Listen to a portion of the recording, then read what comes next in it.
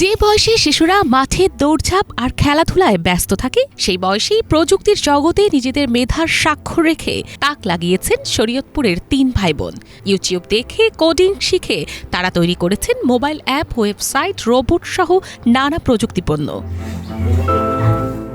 শরীয়তপুর সদর উপজেলার বিনোদপুর ইউনিয়নের পশ্চিমপাড়া গ্রামের রাজ্জাক হাওলাদারের সন্তান তাফসির, তানভীর ও হাবিবা। তাফসির ও তানভীর যমজ আর হাবিবা তাদের ১ বছরের বড়। এবার ৫ম শ্রেণীর বৃত্তি পরীক্ষায় সাধারণ গ্রেডে বৃত্তি পেয়ে বর্তমানে তারা ৬ষ্ঠ শ্রেণীতে পড়ছে।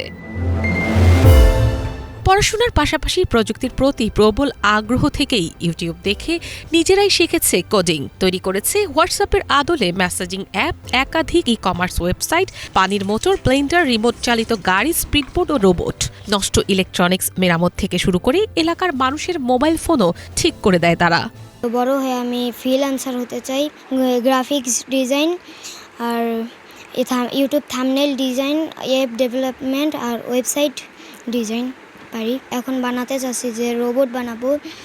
এখন আর্থিক সমস্যার জন্য রোবটটা বানাতে পারছি না। আমি বড় হয়ে যে সফটওয়্যার ইঞ্জিনিয়ার, ইথিক্যাল হ্যাকার হতে চাই। আমি একদিন ইউটিউবে দেখছিলাম যে একজন ইথিক্যাল হ্যাকিংয়ের জন্য একটি অ্যাপ ক্রিয়েট করে অন্য মানুষকে অ্যাপটা দেয়, সে ক্লিক করলেই ইথিক্যাল হ্যাকটা হয়ে যায়। সেটা দেখে আমার ইচ্ছা জাগলো যে আমিও ইথিক্যাল হ্যাকিং করব। আমরা রোবট তৈরি করতে পারি যে কথা বলতে পারে, হাঁটতে পারে। আর আমরা ওই যে ব্লেন্ডার তৈরি করতে পারি, গাড়ি তৈরি করতে পারি, স্পিড বোট। আমার এই যে এগুলো তৈরি করতে আর্থিক সমস্যা হচ্ছে। আর্থিক সমস্যা তারা যদি আমাদের আর্থিক সাহায্য করে তাহলে আমি আরও এগিয়ে যাব। তাফসিরের স্বপ্ন ফ্রিল্যান্সার হওয়া, তানভীর হতে চায় সফটওয়্যার ইঞ্জিনিয়ার, আর হাবিবা চিকিৎসক হয়ে মানুষের সেবা করতে চায়। কিন্তু স্বল্প আয়ের সংসারে আধুনিক প্রযুক্তি শেখার প্রয়োজনীয় সরঞ্জাম কেনা সম্ভব হচ্ছে না। তাই প্রতিভা বিকাশে সরকারি বেসরকারি সহযোগিতা চান তাদের বাবা মা।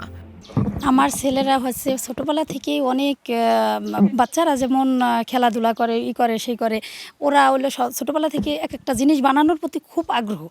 ওরা ধরেন ওয়েবসাইট বানায়, ওরা মোবাইলে ধরেন পাশের কোনো মানুষের সমস্যা হলে মোবাইলগুলো ওর কাছে নিয়ে আসে, ওরা ঠিক করে।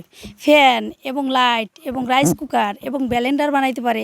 একটা রোবট বানানোর জন্য অনেক দিন ধরে পরিকল্পনা করতেছে, যে আমাদের সেই আর্থিকের কারণে ওদের আমি রোবটের পাসপার্টগুলো আমি দিতে পারতেছি না। এজন্য আর কি, যদি কোনো সরকার এবং যদি কোনো প্রতিষ্ঠান এবং কোনো ধরেন মানুষ, কোনো ধরনের বড় ধরনের কোনো মানুষ যদি একটু আগিয়ে আসে ওদের যদি করার, তাহলে আমি হয়তো বা ভবিষ্যতে ওরা ভালো কিছু করবে। ওরা ৩ ভাই বোন খুবই ভালো ছাত্রছাত্রী, আর দেখতে ছোট হলে কি হবে, কিন্তু ওদের মনে করেন মাথার ব্রেন ভালো, পড়ালেখার দিক দিয়ে মনোযোগীও আছে। আমাদের এই পাশাপাশি আমার এই বাইশটি আছে, তারা মনে করেন মোটামুটি হয় খুব ভালোই লেখাপড়ার জন্য।